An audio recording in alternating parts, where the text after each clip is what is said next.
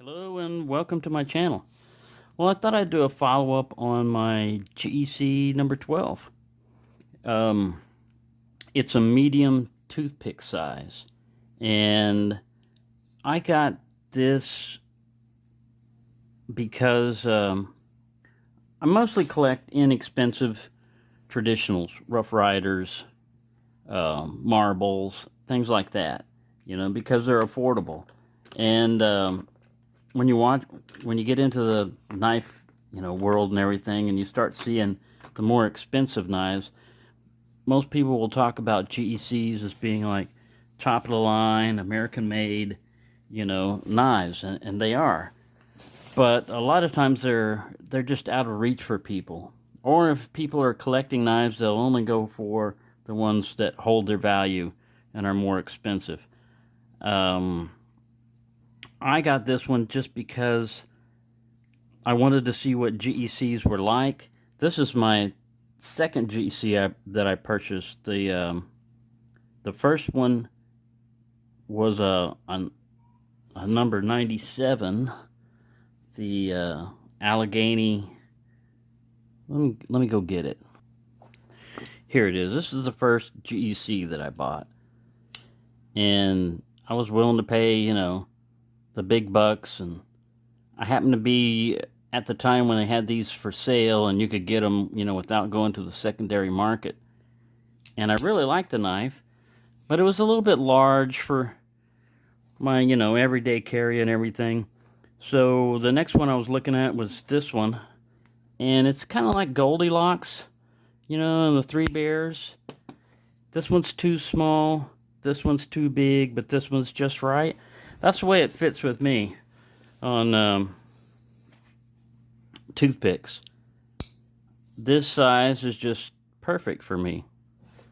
I mean, not everybody, people with larger hands may not like them. I still like the small ones, and I still like the big toothpicks, but for me, I don't need all that extra length in the handle or the blade, I just don't need it. Most of the time, I don't need it. I usually have a flipper with me that'll handle any stabbing task I might have to do, so I don't have to worry about, And this one's a good one, for if you had to stab, you put your hand up here by the kick, and it won't close on you. But anyway, just for practical carry and everything else, I like this.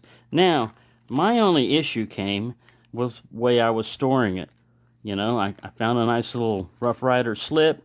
I put it in there, I oiled the slip and everything. And then the bolsters will start tarnishing if you do that, if you store them in there.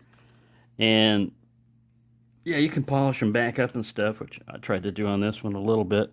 You can probably see that I used some like 1,000 grit sandpaper. I probably should use 2,000 or more.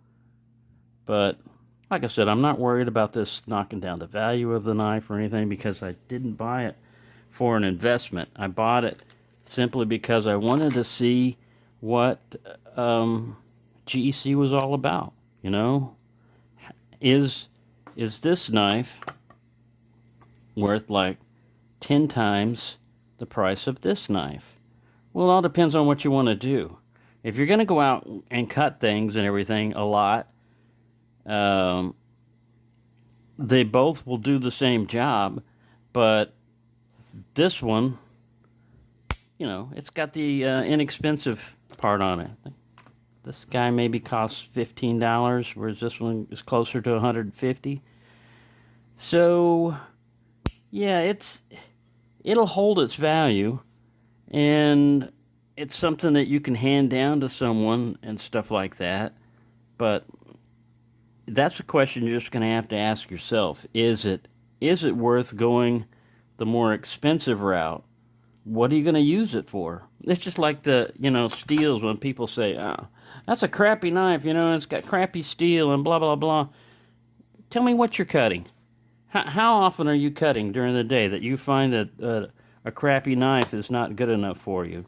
I'm not saying it doesn't happen, but if you look at it, in the industry, I cut fiberglass on my last job. Fiberboard and fiberglass. And that is rough on knives. You know what they use? They use a crappy steel knife called a Hyde safety knife. And the reason why it's got soft steel in it is because it's easy to sharpen by unskilled people. So, you know, if the knife gets dull, couple of runs across the concrete, you know, and you've got it back to a cutting edge again, a working edge basically, not a razor edge, you know. So,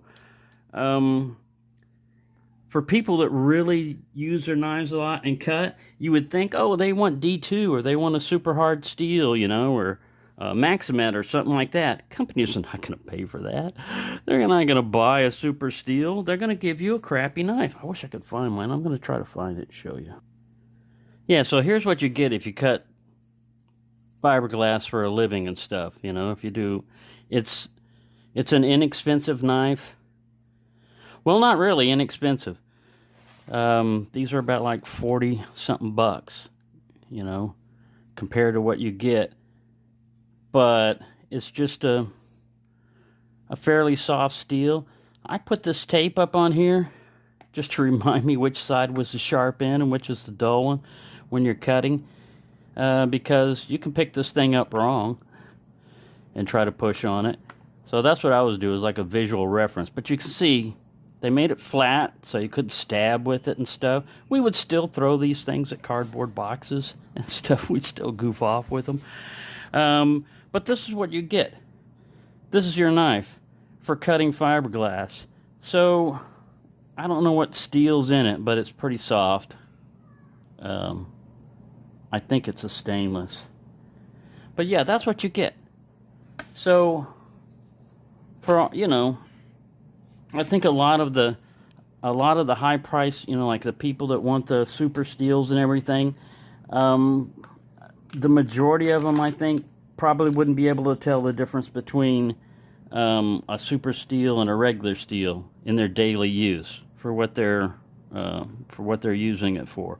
440A holds a good edge and will keep a good edge. Now this one is carbon steel, so I like carbon steel simply because it has a pretty good edge retention and it's not that difficult to take care of, you know, as far as like keeping it from rusting and stuff like that. So that's just basically my take on. I really like this knife, GEC, but lately hunting them down and everything, I mean, if you see a pattern that comes out and you think, all right, cool, GEC is releasing this particular pattern, like the Viper, that looks like a cool knife, I want to get one. Boy, good luck, you know? I mean, GEC has basically become too popular. Supply, demand has exceeded supply, basically. And so, when these things, like when a new GEC comes out a lot of times, unless you're on a particular list or you know somebody or stuff like that, you're not even going to have a chance. Even if you happen to be up at time that they're releasing them and stuff, these things will be sold out within 1 minute, you know, and it's like, come on.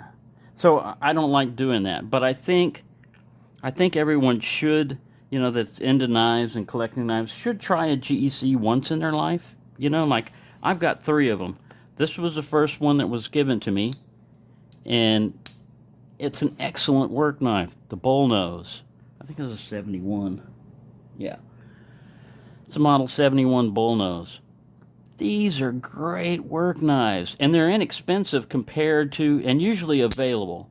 Usually, compared to other GECs, they're inexpensive, and availability, they're usually, people are not going super crazy over these like they are the other ones, so you can usually get them.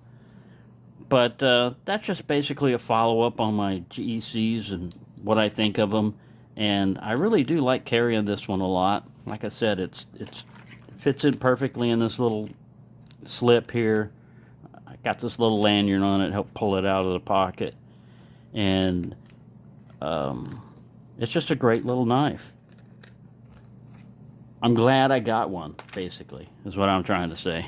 So I don't know, this didn't cover a whole lot, you know, just a follow up on it. That yeah, I think it was worth it getting this. I like carrying it, and I like the feel of it. It's just the right size. This one's too little. This one's too big. This one's just right. So there you go. Thank you for watching, and have a nice day.